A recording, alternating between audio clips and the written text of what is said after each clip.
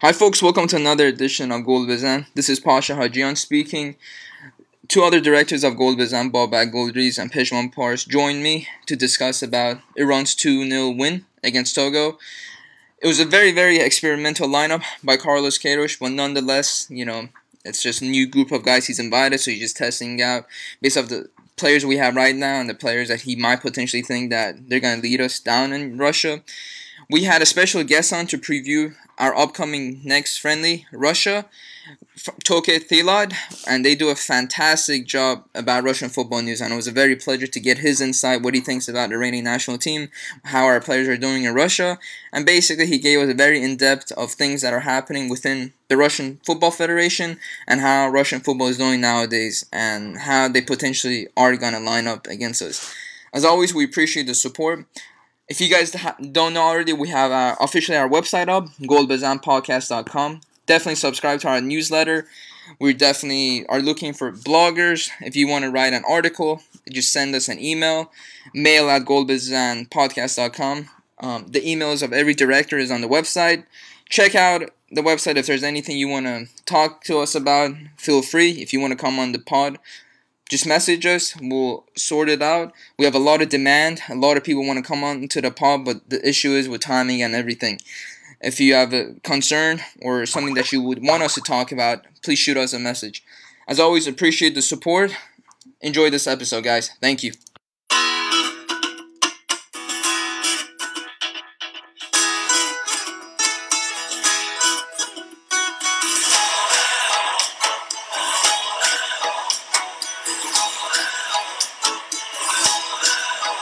Hi folks, joined by two other directors of Golriz, Babak Golriz and Pezhman Pars. How you doing, Babak? I'm good, Pasha. Good to be here as always. Pezhman? I'm really good, Pasha. Nice to be here with you and Babak. Awesome. Guys, before we discuss the Togo match and doing a brief analysis of that, let's talk about the call-ups that Queiroz had. And the players that we have right now in the camp. Is there anyone that you thought that should have gotten a call-up, or specifically? I'm going to start this off with Babak. I think Carlos Queiroz had an interview just about maybe a week ago when the camp started, and he mentioned that they have a list of about 37 to 40 players who they'll have an eye on between now and the World Cup, and more or less whoever is on their mind will be on that list, and anyone on that list can get called up. So I think we've had on this about 26, 27 of them, and a few players were called up to the camp but not made the squad. So it's tough to say that someone deserved to be there other than maybe the black sheep of Iranian football right now, Masoud Shojai, which is surprisingly quiet on the reasons why he's not called up. There's a genuine, let's say, empty spot for a number 10 in the squad. So otherwise, it's difficult to really pick a player. You could go either way, and I'm sure there's enough time to call up whoever else goes into form. Pezhman, is there anything you'd like to add to Babak's comments?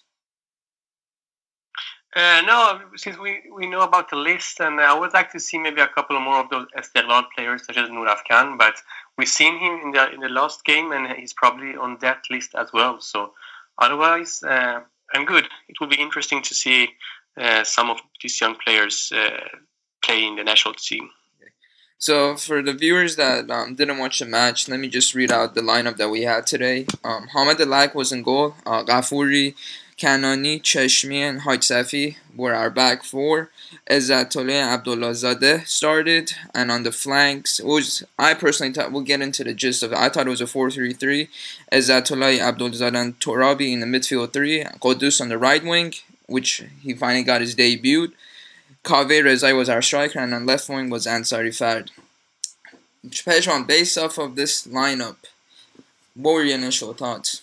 Which is very, very experimental, by the way. Yeah, I was surprised that we saw so many new names in the starting lineup. Some players that never played in the national team or don't have any experience at all. For me, this was like resting some of the more important players or the fixed players for the Russia game and giving a chance to some young or inexperienced players in the national team, such as Hamad Elak.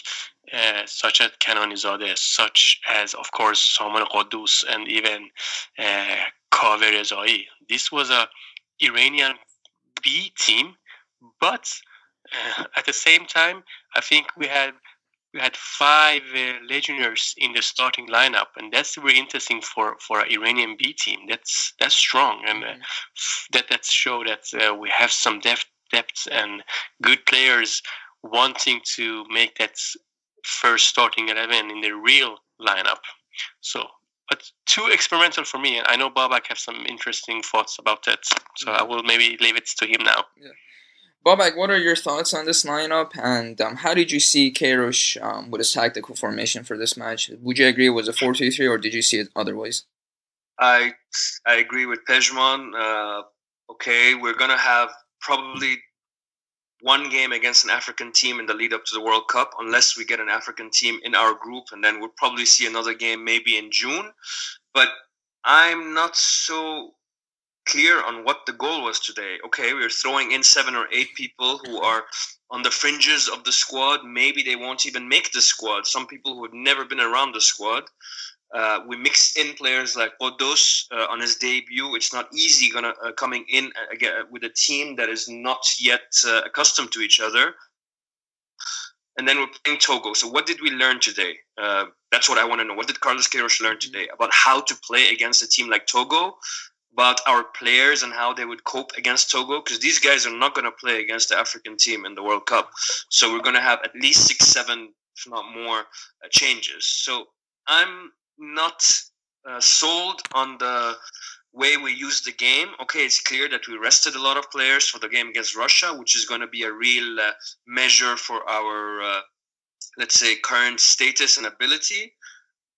Ansar Ifad got his name on the score sheet, so that's good. He's got some confidence maybe. We saw Kaveh Rezai, who definitely was a bright spark in the first half. But overall, I don't know. I wouldn't have gone this way, personally. And for the viewers, that there's some names that we just basically called out that many you might not be familiarized with. Before we ask, Babak and Pezhman more in depth of their analysis, let me just do a quick overview. Hamadalak, which started as our goalkeeper today, has been pretty impressive for Theilade, and has been arguably the best keeper supposedly in the IPL. Kanoni, which he has started for us even in the qualifiers, and he was out for a year because of his ACL, and now he's playing for Dai Saipa, but he was previously last year playing for Theilade.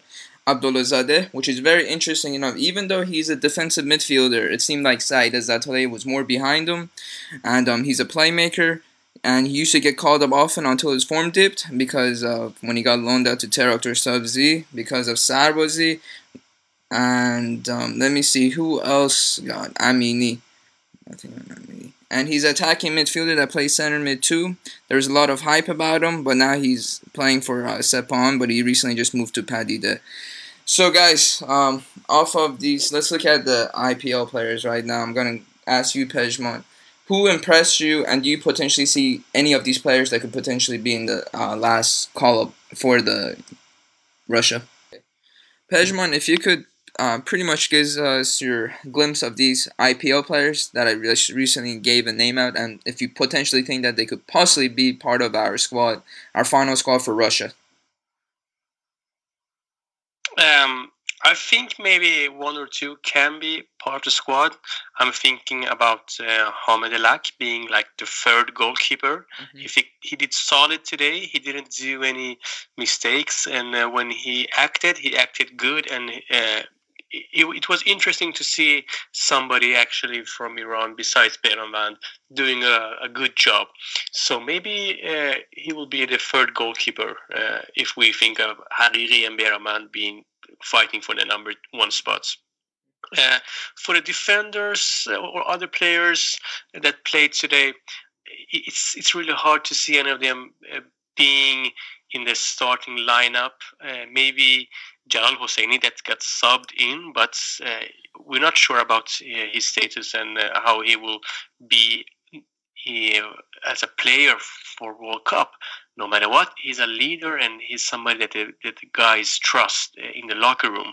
So if we have any of the IPL players, I would say him. I also think that Omid Ebrahimi did solid today.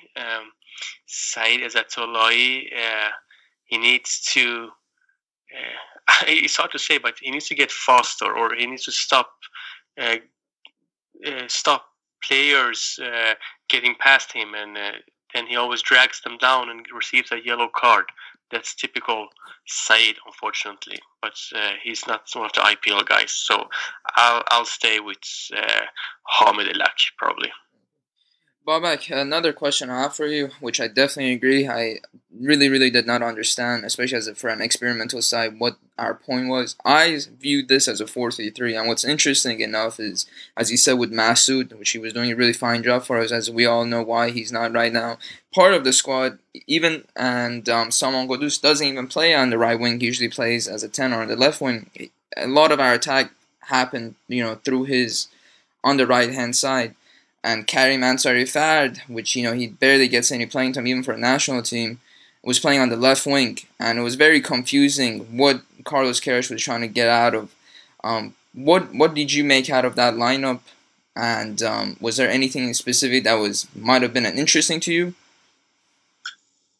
Considering the fact that it was such a makeshift lineup, too many new players, it's difficult to say which players could turn out to be winners from today. Ansari Fard, definitely. We already knew he's going to be in the squad. Is he going to be a regular? I don't think so. Salman Ghoddos had a mixed start, but you could see glimpses of the quality. He's very direct. He tries to make simple passes, layoffs, 1-2s, and makes the runs. Eventually, it was his shot that led to the first goal. I agree, he's not a right winger, but he was moving. As the game went on, he started to move towards the left, and then a little bit freer roll down the middle as well at parts.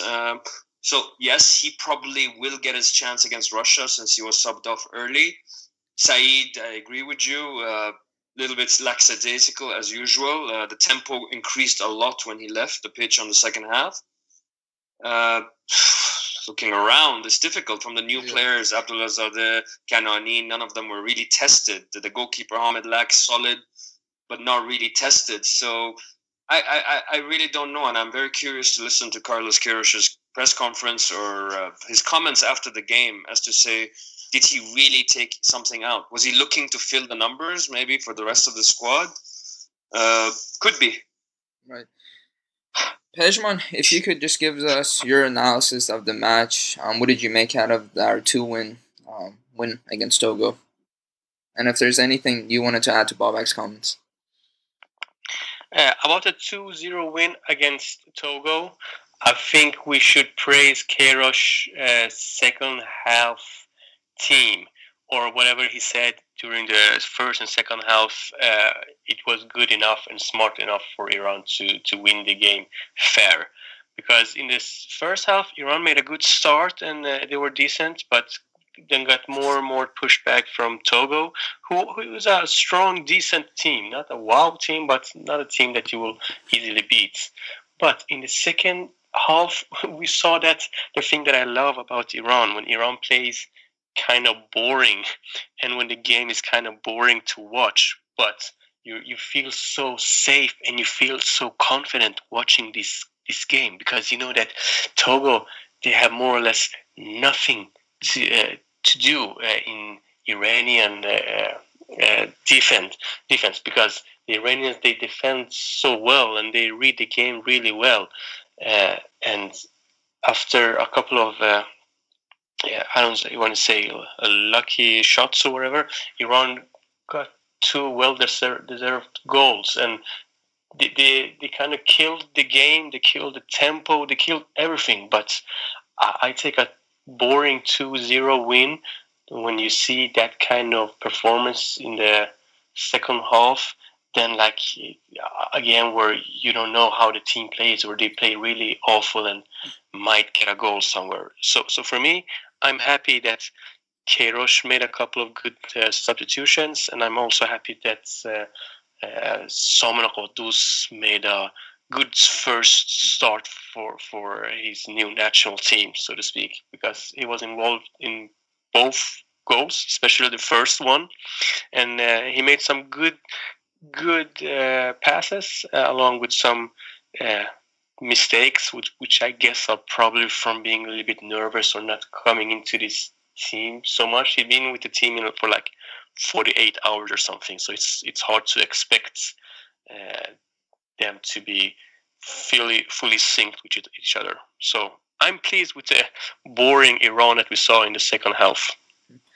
Babak, if you could also give us your overview, but also what did you make out of, Kaveh Rezai, which he's doing pretty well for now, his new club, and on Saman Qudus's debut?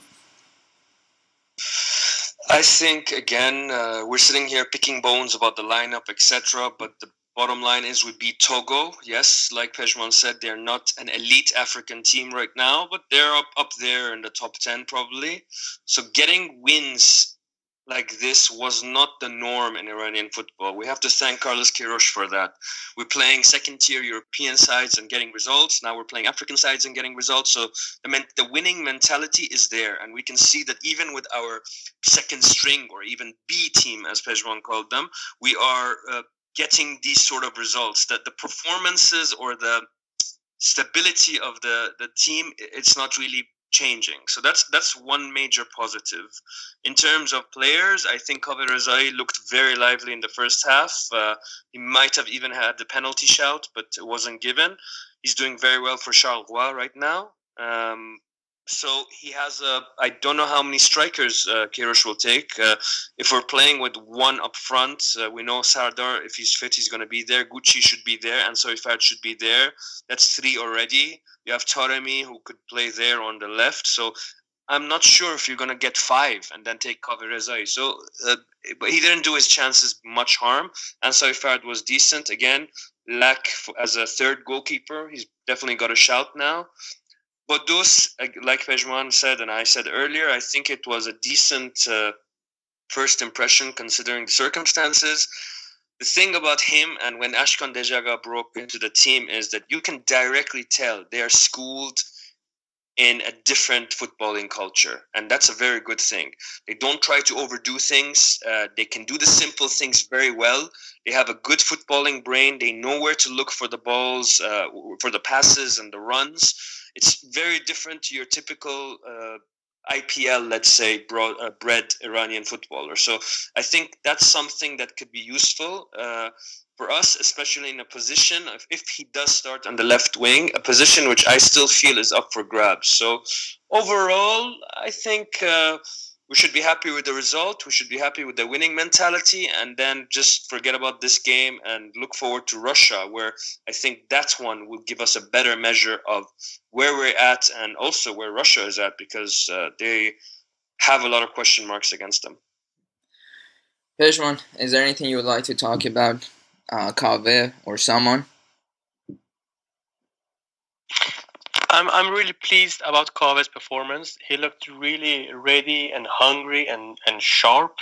And the short time in Belgium have probably made him more good than his last years in Theilade and Theilade and all the places he's been.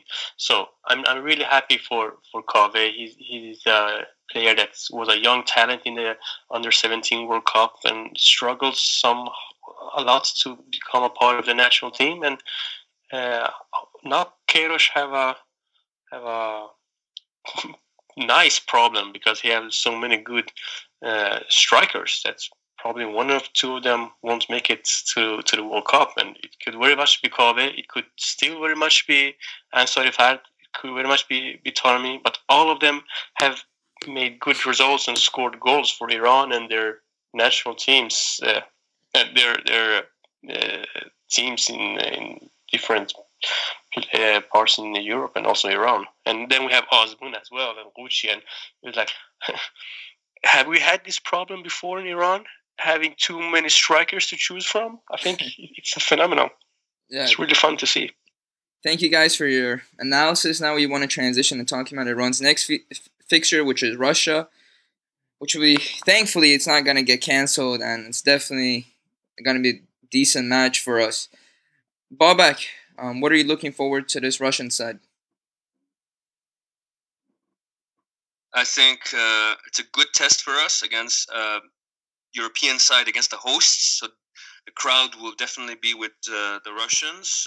Yes, they are not the best footballing side right now, and they're probably in the middle of their own problems. But for us, it's important how we would perform in a hostile atmosphere, a definite away game.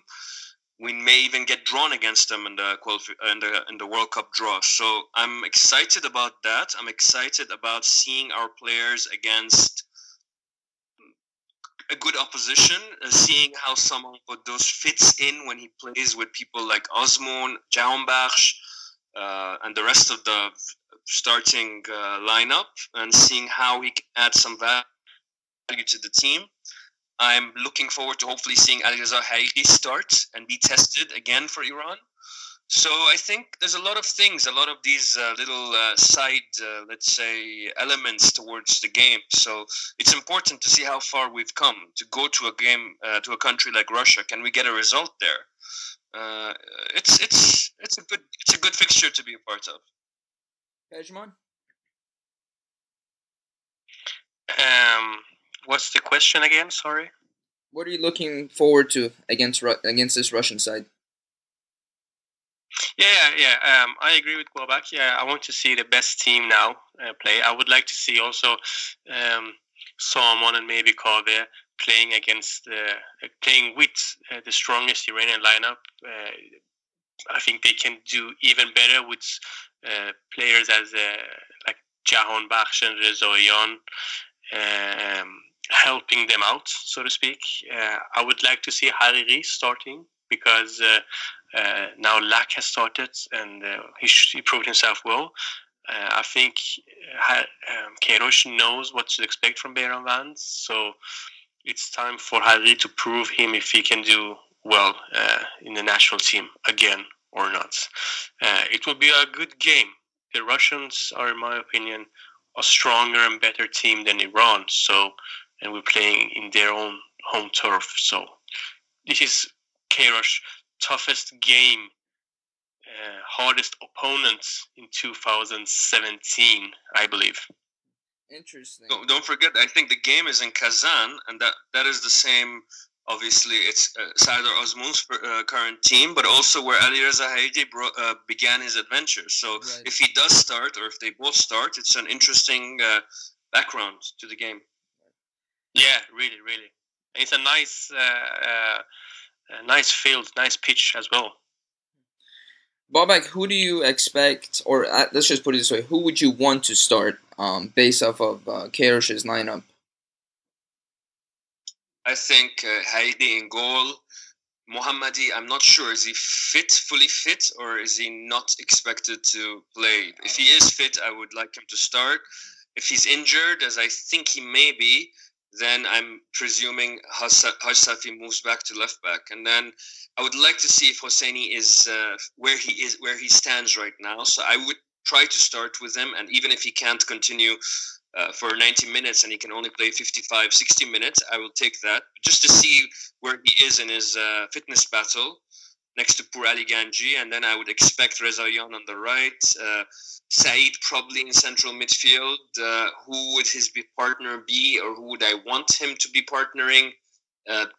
Tough to say. Will Ibrahimi push himself back into the fold? Would Karimi come back in? Probably it's a spot that is up for debate. Are we going to continue 4-3-3 or back to 4-2-3-1 now that we have Ashkan back in the picture? I think I would like to see how we would play as a 4-3-3. Maybe even having Ashkan a little bit deeper in this lineup. I would like Quddus to start on the left, Osman up front, and Jaumbach on the right, and then look at possible changes in the second half.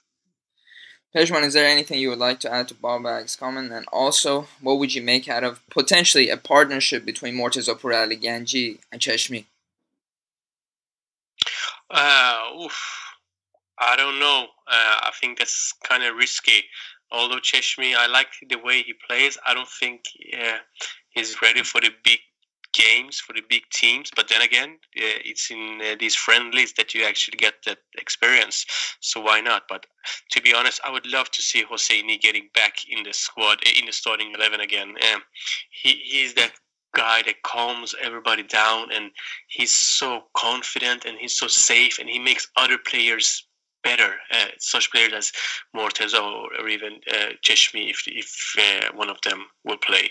So yeah, I would love to see one of them. And about Mahamadi, I think he's still injured and won't play. We didn't talk anything about Torabi in the game against Togo, but I think he's an interesting player that deserves to be not in the starting 11, at least to get some minutes, like 20 minutes versus Russia, because he's a fighter and he's a fun, interesting player to watch. I really hope that he will move to Europe. Why not Russia? It seems to be like the second home for Iranians nowadays. Anything is better than Iran, so why not? I like him too. I agree with you. He's got an unorthodox style, but he makes things happen. He's very direct, and I would rather have a Torabi in my team than someone like Amiri, with all due respect, who seems a little bit more limited and predictable in what he can do. So Torabi, I think he looks like the kind of guy who could slot in 2-3 different positions and give you a 7 out of 10 performance. So I think he's going to be in the squad, and you're right, he deserves to get minutes against a team like Russia. He's arguably right now Saipo's best player, and what we know about Carlos Queiroz, he loves versatile players, and Torabi right now definitely is on that list. And right now we're joined with our special guest of the day, which you guys have probably seen his work with Russia and whatnot. Toke, if you could just tell us a little bit about yourself, the work you guys do for your Russian website. It's a pleasure to have you on today. Yeah, I'm really glad to join you guys. You do some great work. But yeah, as you said, I'm the editor-in-chief of Russian Football News, in my opinion, the best website on Russian football, where you can get an in-depth look at Russian football, the best players, the young talents, all the dodgy things going on behind the curtain, all the politics, everything really. I mean, we really go in depth with Russian football, so it's never boring. Let's just say that. Could you tell us a little bit more? Awesome. Could you tell us a little bit more now about the Russian team and your current manager? Yeah, of course. It's an interesting situation because, of course, Russia are hosting the World Cup in about 6 months. So there's a lot of expectations, or there should be a lot of expectations. Let's say that, because the Russian national team is not doing very well at the moment. The popularity is at an all-time low, and the players are not performing well. I don't know if you've seen the recent results, but it's a bit depressing. Let's be honest. It's depressing, and the squad really lacks the star power it had just a few seasons ago, really. And a lot of people, when they talk about Russian football, they always think about that great side from 2008 with Ashavin and Pavlyuchenko and Denisov and Shirokov, all the Yuri Shirokov, all these guys who really took Europe by storm and excited everybody and played some fantastic football. But the current national team couldn't be further away from what it used to be. I mean, it's boring.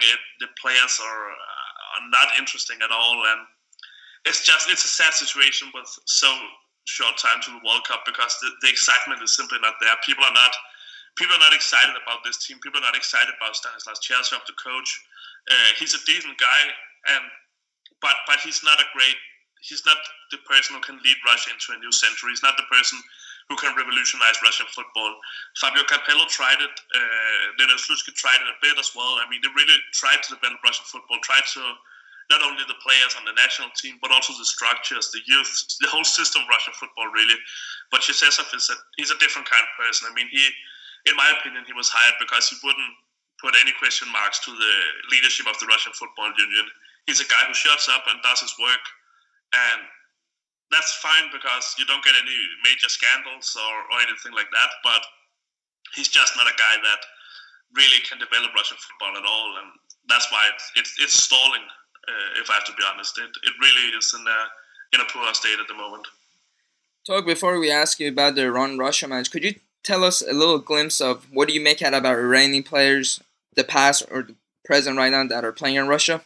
Sardar Azmoun, Ayreza Hayiqi, Saeed Azatolahi. We're just looking forward to seeing what you have to say about those players.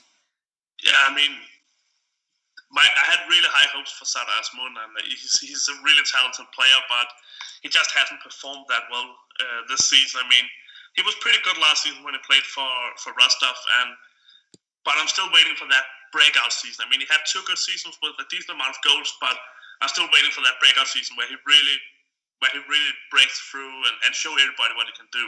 I thought it would be this season. He was back in Rubin Kazan. He didn't have all those controversies surrounding him anymore. He was back with Badiev, his mentor.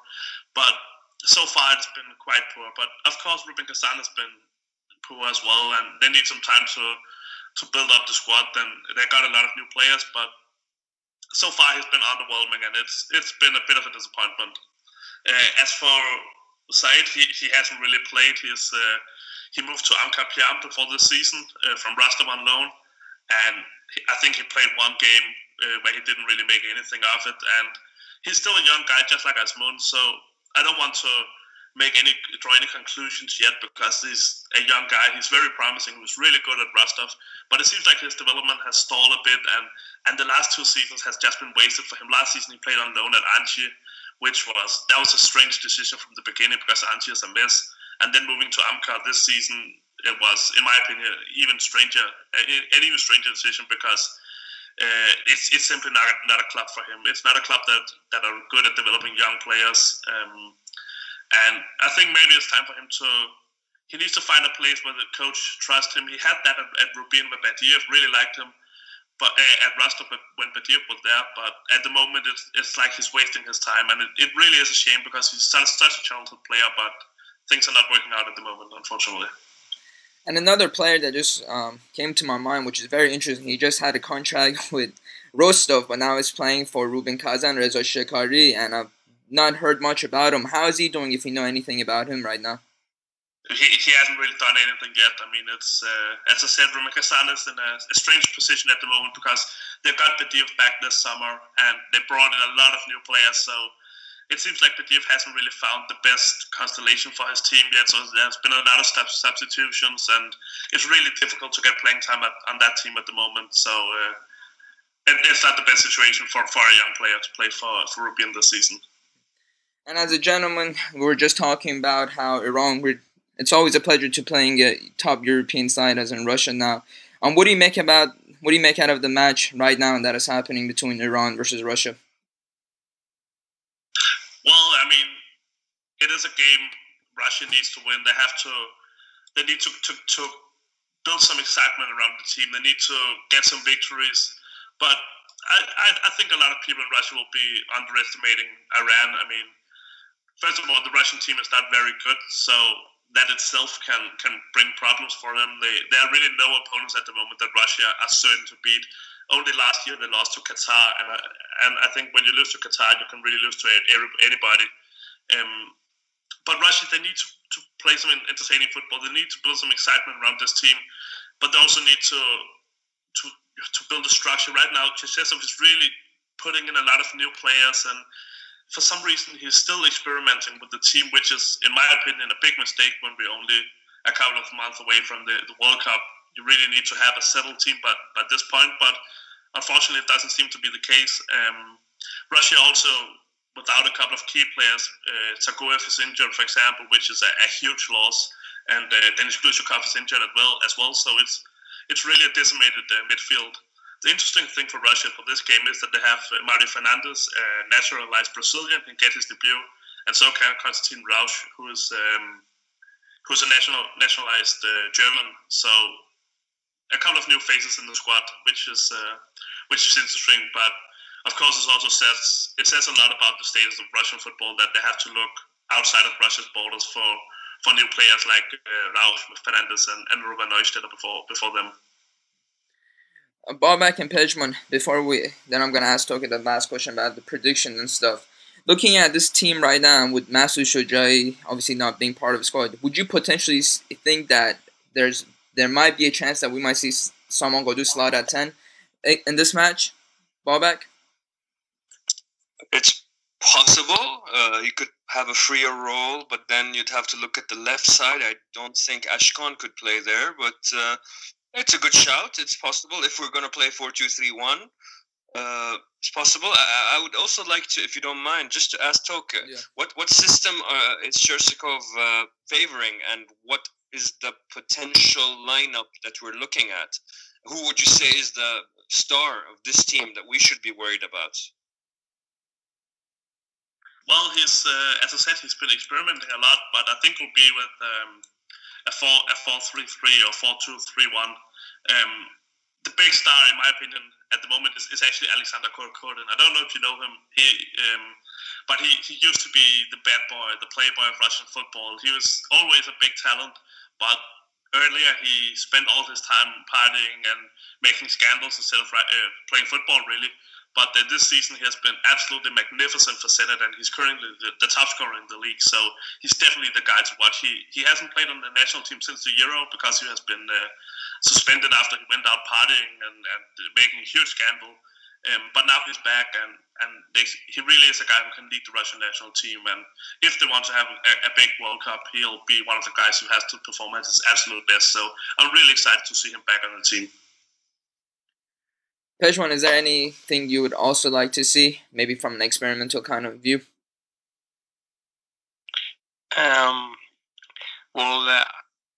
I guess even though that you'll be talking so bad about Russia, we should not forget that they're still better than most of the Asian teams that Iran usually play against. A faster pace and more professional players playing in Europe. So we should expect a team that maybe will pressure Iran more. So therefore, I would like to see how the team copes under pressure and how they react to players that maybe are better than them individually, but maybe as a team, Iran actually might be better than Russia. It's hard to say because Russia haven't played any important qualifying games for some time now due to being host for the World Cup. So it's hard to know the real status on the Russian national team. But I would like to see how the team reacts when they're under pressure, because Iran have more or less not been under pressure in friendly games and in qualifying games for like a long time now. Not even against strong opponents such as South Korea. We saw against Syria, it was like under pressure for 20 minutes, and unfortunately they let in 2 goals then. But that was That's it, and they come back. In our interest as well, Pezhman, that if we are under pressure, arguably, yes, okay, we want to see how we mentally cope with it, but arguably our style of football best gives results when we are under pressure and we can play on a fast counter-attack. Exactly. And that's why I'm happy that Iran is playing against Russia, and I hope Iran keeps continuing to play against stronger teams that are supposed to beat Iran, because Iran usually also plays better and gets more motivated when they play against strong name teams. Although Russia maybe aren't one of those teams, Russia is no team that Iran should expect to get a win from. So I'm really looking forward to the game versus Russia. I'm pretty sure that Queiroz won't be that experimental that he's been, but I still hope that we'll see someone who just get some minutes, and Hariri. So my 2 Swedish guys, I maybe are biased, I don't know, but I would like to see them. All right, and Toke, I'm wondering, what's your defense like, and where would you say is the Achilles heel of the team? Do you see Berezovsky still playing there, or what's the defense going to look like? No, that's interesting actually, because it's one of the big questions. The Berezovsky twins and Ignashevich are no longer in the squad, so Chachkov is really trying to build a new defense, and that's the problem, because there are really no good Russian central defenders at the moment. I think we'll probably play with Chikia from Spartak Moscow, and his partner will be, I think, Viktor Vasin from CSKA Moscow. Both are good players, but none of them are on the international level. I mean, they're decent after Russian standards, but they don't have the same top level as Ignashevich and the Berezovsky did at their peak. The wingbacks are good though, especially Mari Fernandez on the right wingback. He's a really brilliant defender, both offensively and defensively. Also, if he played with Igor Smolnikov from Zenit on the right side instead, also a fantastic player, both offensively and defensively. And then, of course, you know Yuri Shirkov if he plays on the left back, the former Chelsea defender. So it'll be with some really attacking fullbacks, which is always exciting in my opinion. And how do the fans feel about the fact that you're naturalizing players that have no real deep connection to Russia?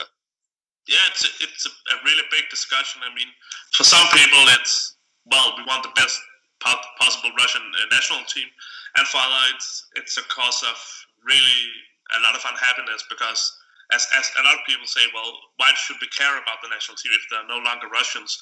You could say, for example, Neustadt and Konstantin Raus, they both have Russian heritage, but for a guy like Mario Fernandes, he only played for CSKA Moscow for a couple of years. He doesn't even speak Russian yet, and so it's a really difficult situation, and it really one that caused some division among the fans because it is going against the spirit of national team football. Also, in my opinion, I mean, I don't think you should naturalize players unless, of course, you can prove that you do have some sort of connection to the country. Then, of course, it's all right. But I think it is shameful to see a guy like Mario Fernandes on the national team. Guys, before I ask Toke one final question, what are your predictions? Pezhman?